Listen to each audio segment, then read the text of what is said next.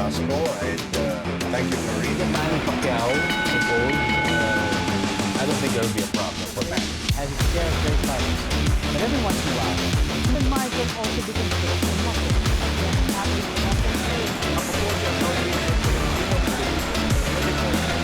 And only here on Para sa Bayan.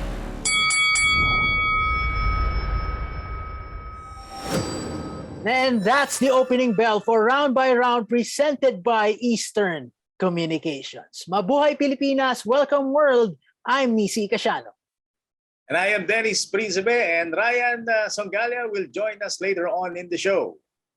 Late last week, it was announced that Ryan Garcia sustained an injury in training camp and had to pull out from his bout against Jojo Diaz. The interim WBC lightweight title was supposed to be on the line in that fight, with the winner moving on to face Devin Haney. Dennis, masyadong intense ang level of competition in the lightweight division. Aside from that, masyadong mabilis ang palitan ng posisyon in the rankings. Do you think it's a big blow on the part of Ryan Garcia? Kasi he already took a break earlier this year, citing mental health issues as the cause. And now, he got injured and will go under the knife. That could put him on the sidelines for the rest of the year. Your take on this, Dennis? Alam mo, Nisi, despite the fact na yun na nga, no, mangyayari, he'll be taking a break for the rest of the year, dun sa tanong mo na makaka-apekto ba ito sa kanya? Not much, because let's face it, he's probably the most marketable guy right now, no, in the lightweight division. No? Kahit na mas angat si Gervonta Davis, yung hinahabol niya talaga dito, no, na makalaban. Siyempre, you have Teofimo Lopez, no, nandyan pa rin si Lomachenko, no, pero siya yung sinasabing next golden boy, because he's a complete package. So dun sa, even if he takes a break, no, for the rest of the year, walang masyadong epekto sa kanyang marketability. No? Ang talagang concern ko rito, Nisi, is that remember yung kanyang supposed fight against Javier Fortuna, that was scrapped because of yung sinasabing mental issues kay Ryan Garcia. Tama. Now, this will be a test of his character, of yung kanyang has he been able to recover, no, from that mental health issue, no, na sinasabing pinagdaanan niya, because alam mo naman ang mga boxers, talagang ang gusto niya as much as possible is for them to fight, most of the time ang mga namomroblema talaga sa or nagkakaroon ng issues sa financial aspect of it are the promoters and the managers, but the boxers themselves, all they want is to fight, so now that he'll be taking another rest period, masusubukan dito yung kanyang mental aspect. Plus, yung kanyang hand injury. No? This is boxing. No? It's all about punching your opponent. No? And your main weapon, actually your only weapon, are your hands. So depende sa klase ng injury na meron itong si Ryan Garcia. But the rest of the issues, I don't think magkakaroon ng problema. He has the luxury of letting his opponents wait for him. Dennis, ang lumalabas dito na panalo ay si Devin Haney kasi sa kadahilanan na at least he is now free to negotiate any fight, including a possible unification against Teofimo Lopez. And over the weekend pa nga, nagkita si Devin Haney at si Teofimo Lopez at the event kung saan naglaban ito nga si Mikey Garcia. Ngayon, nakapagpalitan pa nga ng maanghang na salita itong dalawa. And as we all know, Haney is the true WBC lightweight champion. At ang hawak lamang ni Lopez ay yung franchise version of the WBC. And hanggang ngayon, di ko pa rin alam ang ibig sabihin ng franchise version ng WBC belt. And well, as the official champion, Devin Haney is mandated to fight the interim champion. Now that Garcia, the interim champion, will be out of action indefinitely, do you think mas maganda na lang na gawin itong bakbakan nila Lopez kontra Haney, considering naman na nasa alanganin itong supposedly title defense ni Teofimo Lopez? against George Cambosos? Ako, I think wala talaga sa radar ni Ryan Garcia si Devin Haney. Ano? That's a good observation. Ano? I agree with your observation na talagang pumabor. Kung meron talagang malaking nakinabang dito, it's Devin Haney. Because nagkaroon ng vacuum and he's the only guy who can fill that vacuum. So, pumabor kay Devin Haney. I really believe and totally believe that ang pinaghahandaan talaga ditong laban, the only big fight ngayon na tinitignan ni Ryan Garcia is Gervonta Davis. Because yung kanyang supposed fight, itong na-postpone, he's supposed to face a southpaw, a left-handed opponent. Most likely, it's his preparation against Gervonta Davis. On the part of Davis, he'll be facing an unbeaten Cuban boxer. Although Cuban yan, siyempre kahit pa paano, mas titingin yung mga Latino dito sa Cuban boxer. I think the name is Roland Romero. I checked on his record. He's unbeaten, like Ryan Garcia. So sa tingin ko niluluto na yun. Probably the next big fight na talagang tinitignan dito ni Ryan Garcia is etong si Gervonta Davis. Now, in so many ways, makikinabang din dito si Ryan Garcia with Devin Haney being having a much clearer picture of the landscape nitong lightweight division. Actually, mas magiging exciting pa rin. At mas magkakaroon din ng option si Ryan Garcia in case magkaroon ng problema yung negotiations between his camp and yung kampo ni Gervonta Davis. Dennis, nabanggit mo nga yung marketability. It won't be an issue on the part of Ryan Garcia. But, obviously the lightweight division will move on with or without Ryan Garcia. And it's a shark tank because you have Cambosos, Vasily Lomachenko, Javier Fortuna, Jojo Diaz, and of course, nabanggit mo na, Gervonta Davis. To me, it's obvious that, alam mo yan, back to square one pa rin yan kahit papano when he decides to return to action. Of course, part of the work will fall on Golden Boy Promotions. And it's no secret that the relationship between Oscar De La Hoya and Ryan Garcia has been, on the rocks. Let's put it that way. Now, is it safe to say, yun nga, nabanggit mo nga na ang laban na talagang gustong makuha ni Ryan Garcia is a fight against Gervonta Davis. Is it safe to say that Ryan Garcia needs Golden Boy Promotions now more than ever just to put him back in the mix? Of course, because the only people who are capable of making fights are the promoters. While they have a say in terms of kung sino gusto nila, pero hanggang doon lang sila talaga yung mga boxers. Pagdating doon sa negotiations, it's the promoter actually who can do all the negotiations, do all the talks, and yung mga diskarte sa ganyan, di ba? On ano yung pwede nakunin ng kanilang mga boxers. The way I look at it actually, it's going to be a three-way battle among three promoters. You have Top Rank, Golden Boy, and Floyd Mayweather. Because hawak nila yung mga top stars of the division. So ang mangyayari parang maglalabanan muna yung mga fighters from within the outfits, and then ang magiging ending is kung sino yung top two. So this is one of those rare occasions na maganda na hiwa-hiwalay itong mga boxers na to. Because ang nangyayari, napapahinog nila yung kanilang mga boxers until eventually ang matitira na lang is yung kanilang mga top stars, and people will clamor for it. The bottom line is that mas malaki kikitain ng mga boxers and ng mga promoters, and mag-enjoy, of course, yung mga boxing fans. Now, from 135 pounds, let's move on to the featherweight division. Emmanuel Navarrete successfully defended his WBO featherweight championship against Joet Gonzalez last October 16. He picked up the victory via hard-earned unanimous decision. Dennis, I want to know your take on the fight because, obviously Navarrete showed vulnerabilities in the fight against Gonzalez. And to some extent, it proved that he's still human. But can you say that these loopholes in his game are something that can be addressed?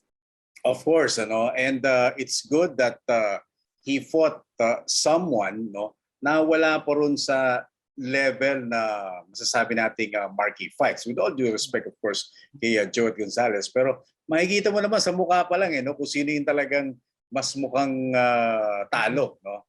If you look at their, yung mga galos sa kanilang mukha. No? And syempre, nakatulong din that Emmanuel Navarrete is the more marketable fighter between the two. No? It's good, again, sinasabi natin na it happened at the time we're in now. No? Meron siyang magandang videotape na panoorin for him to correct his whatever flaws or mistakes na lumabas in this fight. Because, alam mo, tingin ko rito, he's getting ready to move up in weight. Because kung titignan natin yung featherweight division, medyo bland. Not much marquee fights available for Emmanuel Navarrete. Yes. And usually, ang isang fighter who's been dominant in a particular division, pag umakyat ng higher weight class, in a way, nagkakaroon ng, ng interest dun sa fighter na yun. Kung titignan mo naman yung super featherweight division, it's not as kumbaga, flashy as the lightweight division. Pero I think there are more big money fights available sa super featherweight than in the featherweight division. Dennis, nabanggit mo nga kuminsan itong vulnerabilities. It's something na pwedeng matutunan nila to address, and of course, syempre, at least mapag-igihan pa nila in that aspect. Pero on a not that brighter note, it's good news for other members of the featherweight division. They smelled blood, ika nga. And as we all know, aside from being the mandatory challenger for Gary Russell's WBC featherweight title, ito nga si Mark Magsayo also holds the WBO International Featherweight Championship. And in some instances, Dennis, the WBO international title holders get a chance to fight the world champions in their respective divisions. With the stern test that Navarrete had to overcome last weekend, how do you feel about a possible matchup between Navarrete and Magsayo if Magsayo opts to fight the Mexican slugger? Alam mo, si Jerry Peñalosa na rin nagsabi, if he is to be asked, sabi niya, mas prefer niya na labanan ni Magsayo si Emmanuel Navarrete kaysa kay Gary Russell. Because, Gary Russell, I've been following his career since 2011. Sabi ko nga, may future itong batang ito. He can be a future world champion, and true enough, he became a world champion. Pero lately, makikita natin, parang he's not a fan-friendly boxer. Yung style niya, it's not made for TV. Talagang pang-purist lang. And he will create a lot of problems for Mark Magsayo. With Emmanuel Navarrete, at least ito, mas madali itong dalhin sa isang phone booth war. And it's more enticing for people to pay and watch this type of fight. Navarrete against Magsayo. But, alam mo, sabi nga natin, meron tayong nakita mga flaws sa laro ni Navarrete against Joe Gonzalez. Yun ang nakakatakot. Because you can expect that after this fight against Joe Gonzalez, definitely he'll become a better fighter.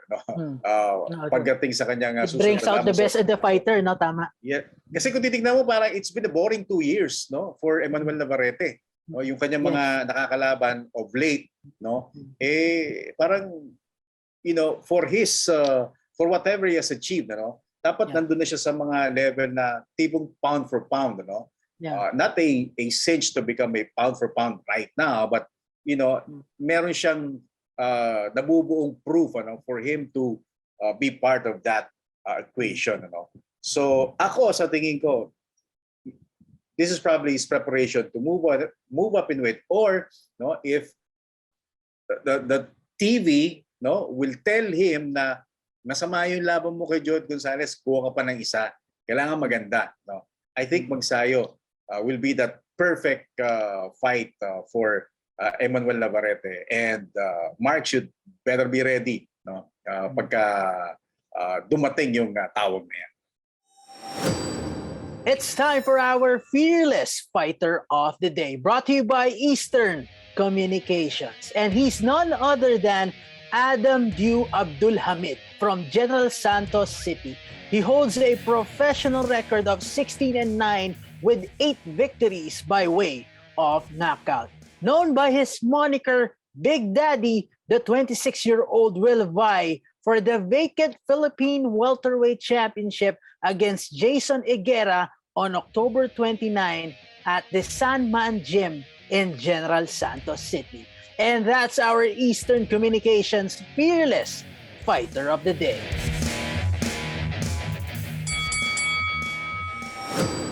Floyd Mayweather may have retired from boxing with an unbeaten record, but that doesn't mean he didn't go through a stiff test in his professional career. Tonight on Round by Round, we will go through 3 of his fights that many fans still believe should have taken away the precious O in his 50-0 standing.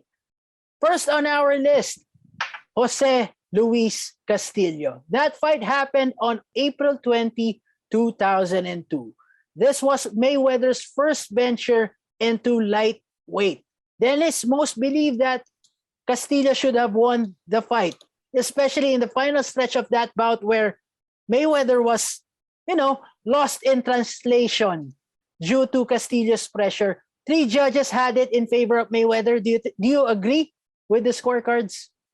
Yeah, I agree. In watching that fight and in trying to recall, yung mga nangyari, in that fight, kahit na yun nga, yung promoter, was more of the Mayweather side, it was actually a very defensive fight plan for Mayweather.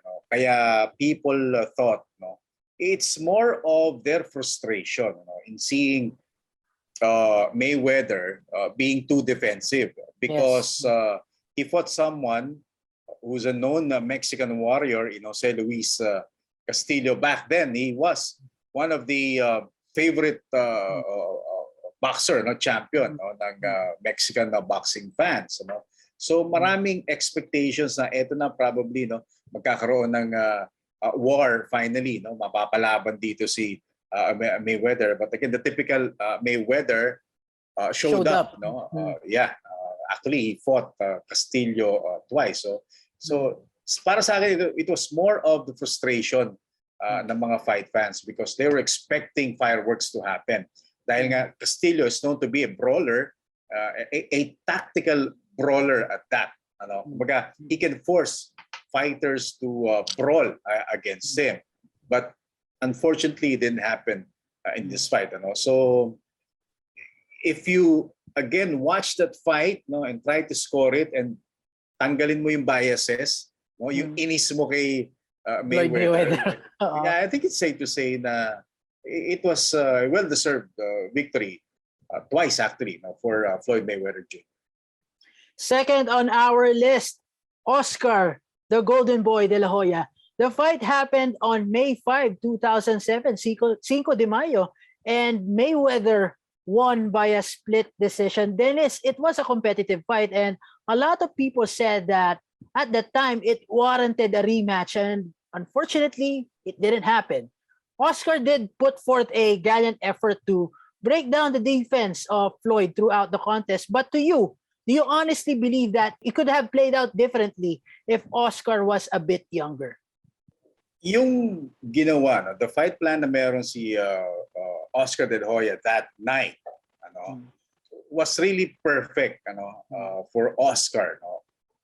It was not age, that led to the defeat kay Oscar de la Hoya. There was something that went on sa mind ni Oscar de la Hoya. Probably yung pagiging matigas sa ulo ni Oscar de la Hoya pagdating sa kanyang performance inside the ring. Remember, here's a guy who's had countless trainers working Yes. sa Totoo. kanyang corner because walang masyadong masasabi kong respect si Oscar De La Hoya sa kanyang mga trainers. Now, dito, it's the same as what happened kay Felix sa Tito Trinidad. He was doing well, pero pagdating ng last round, he decided, that the last few rounds, the championship rounds, he decided to run around the ring. Dapat kanya na rin yung panalo na yun. At yun nga, naging ending, natalo siya. He did the same thing. Nagbago siya ng kanyang estilo dito against Floyd Mayweather Jr.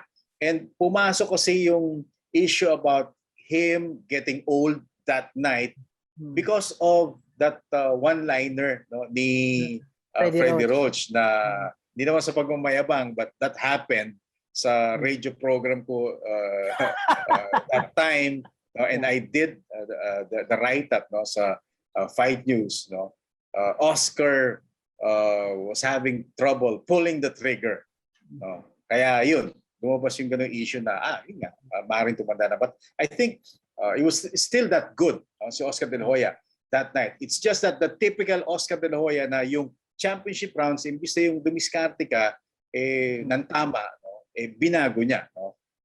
He decided on his own na eto yung tama instead of what his cornermen were telling him. And at that point, ang dapat niyang gawin was to use his jab more often. Nawala yun sa last 3 rounds. Last on our list, Marcos Maidana. The fight happened on May 3, 2014, and Floyd walked away with a majority decision. Dennis, this fight is still up for debate till this day, and CompuBox revealed that Mayweather had been hit more times in this fight than any of his previous 38 bouts. Now, what was the difference maker in this fight for Mayweather to convince the other 2 judges to score the fight in his favor? He threw the more quality punches, si Floyd Mayweather, in this fight. People were so excited because for the first time, nakita natin na maraming beses tinamaan si Floyd Mayweather Jr. In this fight. CompuBox is a farce as far as I'm concerned. It is something na it gives yung mga fight fans a false belief na yun nga yung total number of punches, yun yung nagsasabi for them na dapat yun yung nanalo, when in fact that's not how you score a round in particular. In 10-point match system is like this. Boxer A unleashes 3 punches, tumama sa Boxer B, but Boxer B unleashes 1 solid blow na groggy itong si Boxer A. CompuBox will tell us lamang si Boxer A 3 against 1, but yung tamang scoring would be to give that round 10-9 kay Boxer B because he threw the more telling blow kahit na isa lang yun. So parang ganun yung nangyari. There were times na inabot ni Maidana si Mayweather, parang nagulat. But if you look at the overall picture din, meron din mga ganong solid blows na pinatama na si Mayweather. And overall, in its totality, mas may quality na binato itong si Mayweather as compared dito kay Marcos Maidana. Na-excite lang ang mga tao because for one, there was one, I think majority draw, yung isang majority decision actually. There was one judge who scored it a draw. Kaya nagkaroon tuloy ng justification yung mga kwentuhan na dapat talo doon si Mayweather. But sa tingin ko mas malinaw pa tong panalong ito as compared doon kay sa laban ni Mayweather kay Jose Luis Castillo. For our next segment, we turn it over to our colleague Ryan Songalia. There are few boxing countries, pound for pound, that have produced more thrills over the years than the Philippines. From producing Asia's first boxing champion to the sport's only 8th division world champion, the Philippines has punched above its weight. Those achievements are built, brick by brick, on the backs of so many great performances through the years. Which knockouts stand above the others? Here's my list in no particular order. Pacquiao Hatton. Manny Pacquiao was riding high as the pound-for-pound best fighter in the sport when he ran into Ricky Hatton in May of 2009. Pacquiao's star was at its peak after he knocked out Oscar De La Hoya, while Hatton was still reeling from the knockout loss to Floyd Mayweather. Pacquiao dropped Hatton twice in round one, beginning with a sneaky right hook that few saw, before putting Hatton out cold in the second with an overhand left. Donaire Darchinyan won. Nonito Donaire Jr. had revenge on his mind when he faced up Vic Darchinyan in 2007. Darchinyan had beaten Donaire's older brother Glenn, and Donaire was out to restore the family name. He did more than that, putting the Armenian slugger down with a single left hook that ended Darchinyan's reign as IBF flyweight champion and launched his own Hall of Fame career. Marvin Sonsona versus Akifumi Shimoda. Marvin Sonsona has had many shortcomings, but power isn't one of them. The former junior bantamweight title holder showed he was among the most violent sluggers in the game when he put Shimoda out cold with a single left uppercut in Macau. I was ringside for this one, and it looked as if the punch had lifted Shimoda's head off his shoulders and sent it into the first round. Brian Valoria, Eric Ortiz. Valoria lived up to his Hawaiian Punch moniker in 2005, knocking out Eric Ortiz in one round to win his first world title at 108 pounds. Valoria did the job with a single right hand, making a big impression on a card that also featured Manny Pacquiao and Eric Morales. Luisito Espinosa, Kennedy McKinney. The rangy Espinosa was always one punch away from scoring a big knockout, and that power showed up in his 1998 bout with Kennedy McKinney. McKinney was coming off a thrilling comeback win over Junior Jones and had some momentum behind him, but Espinosa ended all of that with his big punches that came from awkward angles. An overhand right froze McKinney in the corner before a pair of left hooks left McKinney a bruised mess on the floor. In boxing, as in life, it's better to give than receive. Thanks, Ryan. And that's the final bell for today's episode of Round by Round, presented by Eastern Communications. I'm Nisi Casiano. At ako naman si Dennis Principe, as always. We are on air sa Facebook and YouTube, 6 p.m. Monday to Friday. So don't forget to like, share, and subscribe for you to get the latest and most credible news pagdating po sa sport na boxing. Bill Velasco, Attorney Ed Tolentino, and yours truly will be working the fights for you on Monday. So catch us on the next Round by Round. All boxing, all Filipino, all the time. Have a great weekend. See you on Monday.